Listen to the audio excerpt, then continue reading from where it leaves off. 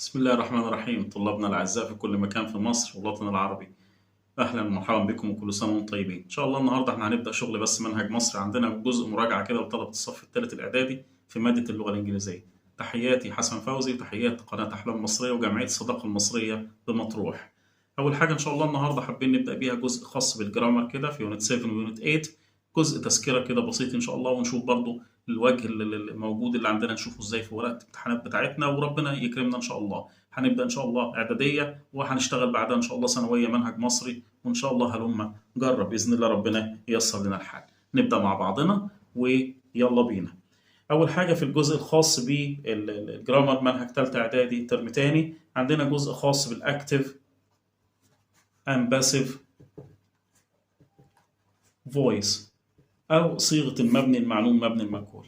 عارفين احنا من زمان شبابنا ان دايما الجزء الخاص بمبني المعلوم لازم الفاعل بتاعنا او السبجكت بتاعنا بيكون معلوم وموجود في بداية الجملة او في مكانه في اول الجملة. لو ما اتوجدش في مكانه في اول الجملة على طول احنا كده حولناه لمجهول. النهارده هننزل نتعلم بطريقة بسيطة. احنا عندنا كام زمن موجود في الازمنة الخاص بثالثة اعدادي ترم تاني؟ هم زمنين، present simple وباست simple في الجزء الخاص بالاكتف والباسف. يلا نبدأ نشتغل مع بعض. عندنا قاعدة عامة بتقول كده ان انا عشان احول جمله من مبني المعلوم مبني المجهول في 3 خطوات اساسيه بمشي عليهم. ايه اول حاجه؟ ان انا ببدا بالاوبجكت او المفعول بتاع الجمله، ابدا بيه جملتي على عكس العادي بتاعي، ثم نتبعه باحد اجزاء فيرب تو بي على حسب زمن الجمله. يعني ايه على حسب زمن الجمله؟ لو الجمله عندي في البريزنت مضارع بجيب من فيرب تو بي ام از ار.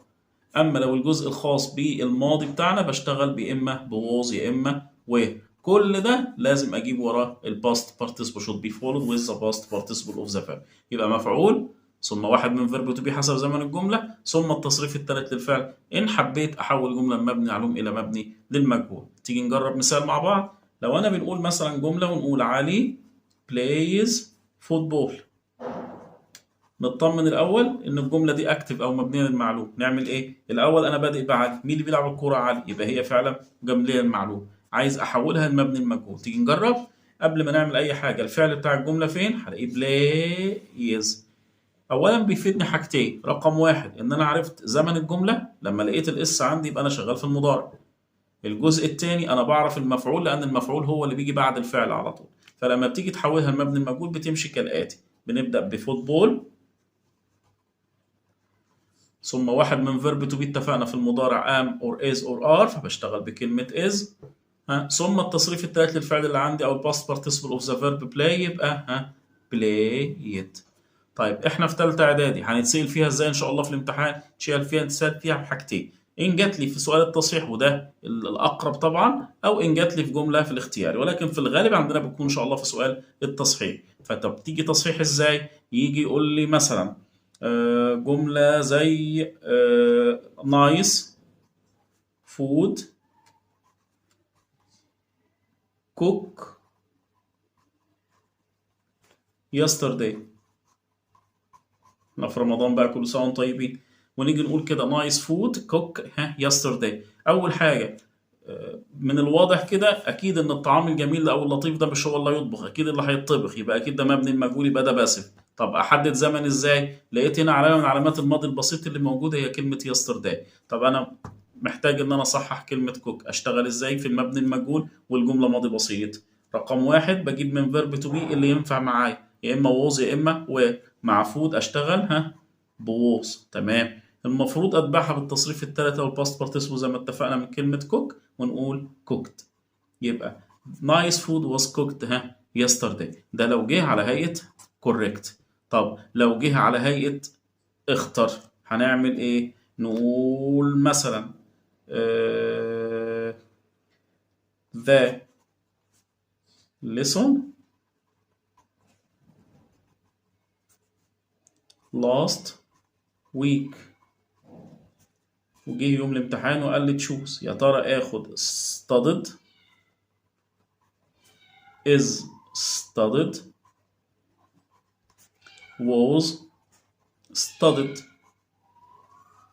برضو زي ما اتفقنا من الواضح كده درس يبقى يتذاكر، يبقى برضو مبني المجهول. يبقى في الحالة دي أبدأ أركز في أي علامة من العلامات اللي عندي. لقيت كلمة last يبقى أنا اشتغلت فعلا بالماضي. اشتغل بستuded؟ لا طبعا. is studied؟ لا طبعا عشان وجود is، يبقى الوحيدة اللي تمشي معايا كلمة was studied. إن شاء الله الدرس يبقى سهل جدا وهتلاقي الأمور ميسرة. طيب لمحنا إيه برضو عندنا جزء خاص كده ب وخاصة في يونت 7 ويونت 8 مش 9 كمان، عندنا جزء خاص بقاعدة if أو إذا أو لو الشرطية. يعني إيه شرط يا شباب؟ يعني الجملة التانية عشان تحصل بتشترط حدوث الجملة الإيه؟ الأولى. طب إحنا عندنا كام حالة الإف؟ عندنا 4. zero conditional، first second and third conditional. إيه اللي موجود عندنا؟ تالتة إعداد الترم تاني برضو عشان الامتحان، ونبدأ نشتغل عليه في الفترة اللي جاية، وإن شاء الله الفترة تكفي بإذن الله نغطي منهجنا وزيادة كمان.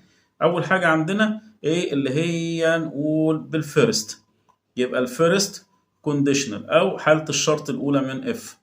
طيب لما بشتغل عليها ان شاء الله في يونت 7 هلاقي الدنيا ماشيه ازاي معايا؟ ماشيه كالاتي، ان انا بلاقي ان اف في الحاله الاولى بيجي وراها بريزنت سيمبل مضارع بسيط، الناحيه الثانيه على طول بتيجي ويل بلس الانفينيتيف، ويل زائد الفعل في الايه؟ في المصدر. برضو ما انساش اذكر نفسي كل فتره كده، ويل اللي عندنا لا اختصار طبعا، لا استروف ال طب لها نفي طبعا اللي هي كلمه won't. طيب ناخد برضو السكند كونديشنال اللي هي الاهم، اللي هي هتغطي معايا لحد يونت 9 ان شاء الله، اللي هي حاله الشرط الثانيه. والثانيه دي يا شباب حدوته شويه لانها بتعبر عن ماضي غير حقيقي او ماضي تخيلي، ونبدا نشتغل عليها ونقول اف بيجي بعدها past simple أو ماضي بسيط. الجملة الثانية بشتغل بكلمة would plus الانفينيتيف زائد الفعل في المصدر. مننساش إن would ممكن أختصرها الأبوستروف دي، وممكن يجي النفي برضو بتاعها كلمة wouldn't. إيه الميزة اللي عندنا؟ تعال نجرب، تيجي ناخد مثال اختياري على الاتنين مع بعض. يلا نجرب. if she went to the market she space oranges. يا ترى اخد في الحالة دي will buy would buy bought. تيجي نجرب، تعال نشوف كده. حاليا عندنا جملة if اللي هي الأساسية هي اللي جاية كاملة، فالجملة التابعة هي اللي هختار على أساسها. طب تعال نشوف الأساسية. بعد if على طول جه الفيرب هنا كلمة went. went كده present simple ولا past simple؟ زي ما انتوا قلتوا past simple. يبقى احنا شغالين حالة أولى ولا حالة تانية؟ تمام حالة تانية. يبقى المفروض أتوقع الناحية التانية أجيب will ولا would والمصدر؟ تمام، يبقى would والإيه؟ والمصدر. ده الجزء الأهم. طب في حتة صغيرة كده ما ننساش نأكد عليها إن شاء الله مع بعضنا، إن حالة الشرط التانية دي ما تنساش إنها بتستخدم لإعطاء النصيحة.